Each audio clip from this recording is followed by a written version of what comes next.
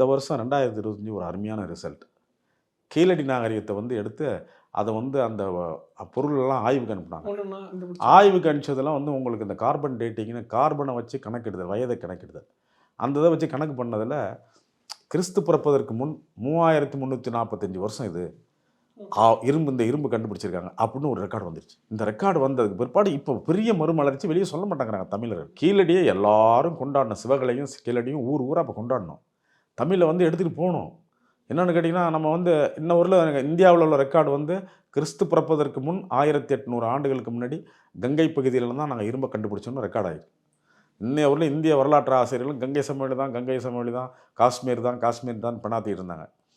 அடி பின்னி எடுத்துருச்சு இப்போ கீழடி ஆய்வு. இப்போ இதில் 3345.